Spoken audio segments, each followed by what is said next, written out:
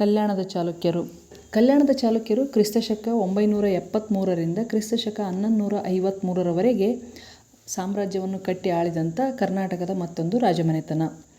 ಈ ಕಲ್ಯಾಣದ ಚಾಲುಕ್ಯರು ಮೂಲತಃ ಬಾದಾಮಿ ಚಾಲುಕ್ಯರ ಸಂಬಂಧಿಕರಾಗಿದ್ದು, ಬಾದಾಮಿ ಚಾಲುಕ್ಯರ ಪ್ರಸಿದ್ಧ ಅರಸನಾದಂಥ 4ನೇ ವಿಕ್ರಮಾದಿತ್ಯನ ಮಗ ಇಮ್ಮಡಿ ತೈಲಪ್ಪನು ಈ ಒಂದು ಸಾಮ್ರಾಜ್ಯವನ್ನು ಸ್ಥಾಪಿಸಿದ.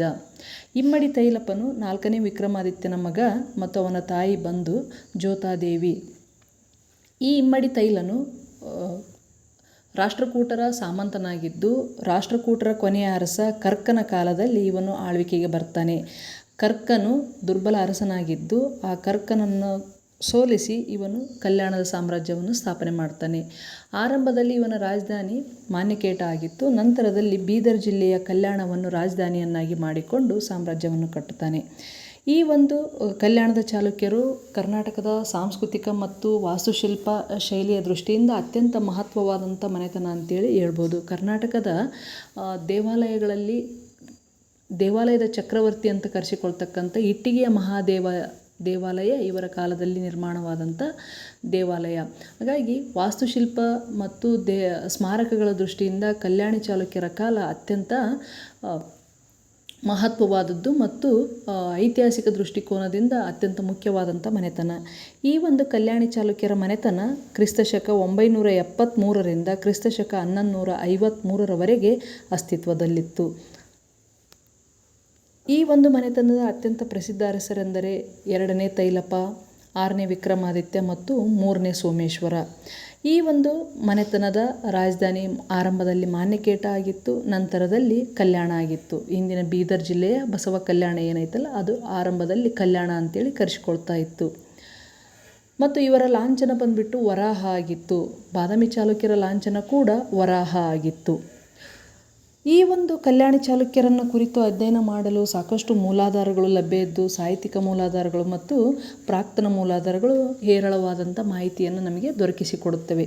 ಸಾಹಿತ್ಯಿಕ ಮೂಲಾಧಾರಗಳನ್ನು ನೋಡಿದರೆ ಕಲ್ಯಾಣಿ ಚಾಲುಕ್ಯರ ಅರಸನಾದಂಥ 3ನೇ ಸೋಮೇಶ್ವರನು ಸ್ವತಃ ಕವಿಯಾಗಿದ್ದು, ಅವನು ರಚಿಸಿದಂಥ ಮಾನಸೋಲ್ಲಾಸ ಅಥವಾ ಅಭಿಲಾಷಿತಾರ್ಥ ಚಿಂತಾಮಣಿ ಎಂಬ ಕೃತಿ ಕಲ್ಯಾಣಿ ಚಾಲುಕ್ಯರ ಆಡಳಿತ, ಯುದ್ಧ ನೀತಿ, ಸಂಗೀತ, ನೃತ್ಯ, ನಾಟಕ ಮತ್ತು ಚಿತ್ರಕಲೆಗಳಂಥ ಮಾಹಿತಿಯನ್ನು ಕಟ್ಟಿಕೊಡುವ ವಿಶ್ವಕೋಶವಾಗಿದೆ.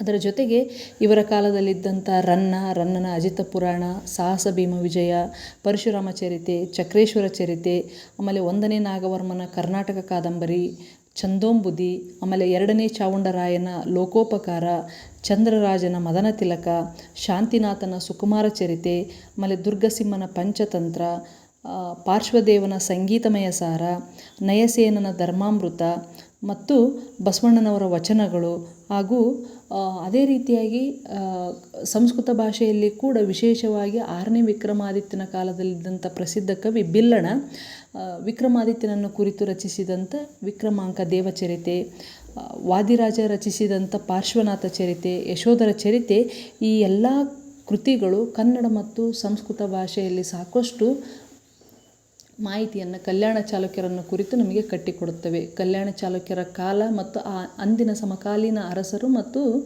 ಸಮಾಜವನ್ನು ಕುರಿತು ಈ ಎಲ್ಲ ಸಾಹಿತ್ಯಿಕ ಕೃತಿಗಳು ನಮಗೆ ಮಾಹಿತಿಯನ್ನು ನೀಡ್ತಕ್ಕಂಥ ಸಾಹಿತ್ಯಿಕ ಮೂಲಾಧಾರಗಳಾಗಿದ್ದಾವೆ. ಅದೇ ರೀತಿಯಾಗಿ ಸ್ಮಾರಕಗಳನ್ನು ಪ್ರಾಕ್ತನ ಮೂಲಾಧಾರಗಳಲ್ಲಿ ವಿಶೇಷವಾಗಿ ಸ್ಮಾರಕಗಳು, ನಾಣ್ಯಗಳು, ಶಾಸನಗಳು ಕಲ್ಯಾಣಿ ಚಾಲುಕ್ಯರನ್ನು ಕುರಿತು ನಮಗೆ ಸಾಕಷ್ಟು ಮಾಹಿತಿಯನ್ನು ನೀಡುತ್ತವೆ ಮತ್ತು ಇತಿಹಾಸದ ಮೇಲೆ ಬೆಳಕನ್ನು ಚೆಲ್ಲುತ್ತವೆ ಅಂತೇಳಿ ಹೇಳ್ಬೋದು. ವಿಶೇಷವಾಗಿ ಸ್ಮಾರಕಗಳನ್ನು ಕುರಿತು ಅಧ್ಯಯನ ಮಾಡುವ ಸಂದರ್ಭದಲ್ಲಿ ಕಲ್ಯಾಣಿ ಚಾಲುಕ್ಯರ ಕಾಲದಲ್ಲಿ ನಿರ್ಮಾಣ ಆದಂಥ ಅನೇಕ ದೇವಾಲಯಗಳು, ವಿಶೇಷವಾಗಿ ಕರ್ನಾಟಕದಲ್ಲಿ ಗದಗ, ಲಕ್ಕುಂಡಿ, ಅಣ್ಣಿಗೇರಿ, ಕುಕನೂರು, ಇಟ್ಟಿಗೆ, ಸಂಡೂರು ಮತ್ತು ಐಹೊಳೆ, ಪಟ್ಟದಕಲ್ಲು ಇಲ್ಲಿರ್ತಕ್ಕಂಥ ದೇವಾಲಯಗಳು ಸಾಕಷ್ಟು ಕಲ್ಯಾಣಿ ಚಾಲುಕ್ಯರ ಕಾಲದಲ್ಲಿ ನಿರ್ಮಾಣ ಆದಂಥ ದೇವಾಲಯಗಳಂತೇಳಿ ಕರೆಸಿಕೊಳ್ತವೆ. ವಿಶೇಷವಾಗಿ ದೇವಾಲಯಗಳ ಚಕ್ರವರ್ತಿ ಅಂತ ಕರೆಸಿಕೊಳ್ತಕ್ಕಂಥ ದೇವಾಲಯ ಇಟ್ಟಿಗೆ ಮಹಾದೇವ ದೇವಾಲಯ. ಇದು ಪ್ರಸ್ತುತ ಕೊಪ್ಪಳ ಜಿಲ್ಲೆ ಕುಕನೂರು ತಾಲೂಕಿನಲ್ಲಿದ್ದು, ಇದನ್ನು ದೇವಾಲಯಗಳ ಚಕ್ರವರ್ತಿ ಅಂತೇಳಿ ಕರೆಯಲಾಗುತ್ತದೆ. ಈ ದೇವಾಲಯವನ್ನು 6ನೇ ವಿಕ್ರಮಾದಿತ್ಯನ ದಂಡನಾಯಕನಾದಂಥ ದಂಡಾಧೀಶ ಅಥವಾ ಮಹಾದೇವ ಎಂಬ ದಂಡನಾಯಕ ಇದನ್ನು ರಚಿಸಿದ ಅಂತೇಳಿ ಹೇಳ್ಬೋದು. ಇದು ದ್ರಾವಿಡ ಶೈಲಿಯಲ್ಲಿದ್ದು ಅತ್ಯಂತ ಸುಂದರವಾದಂಥ ರಚನೆಗಳಿಂದ ಕೂಡಿದ್ದು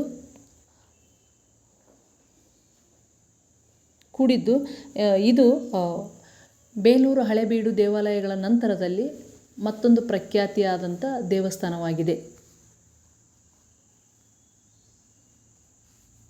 ಕಟ್ ಮಾಡಿ.